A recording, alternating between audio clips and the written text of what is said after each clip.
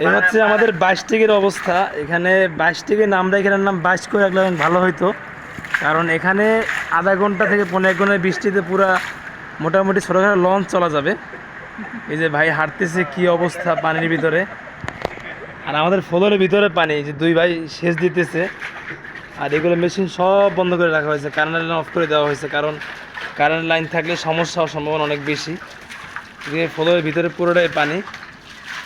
এই যে ভাই আমাদের ড্রেন সমস্যার কারণে এই অবস্থাগুলো হইতেছে, ড্রেন পরিষ্কার না থাকার কারণে পুরো 1 ঘন্টার বৃষ্টিতে পুরো এলাকা তলে হয়ে গেছে ভাই, সমস্ত ফ্যাক্টরি বন্ধ এখানে।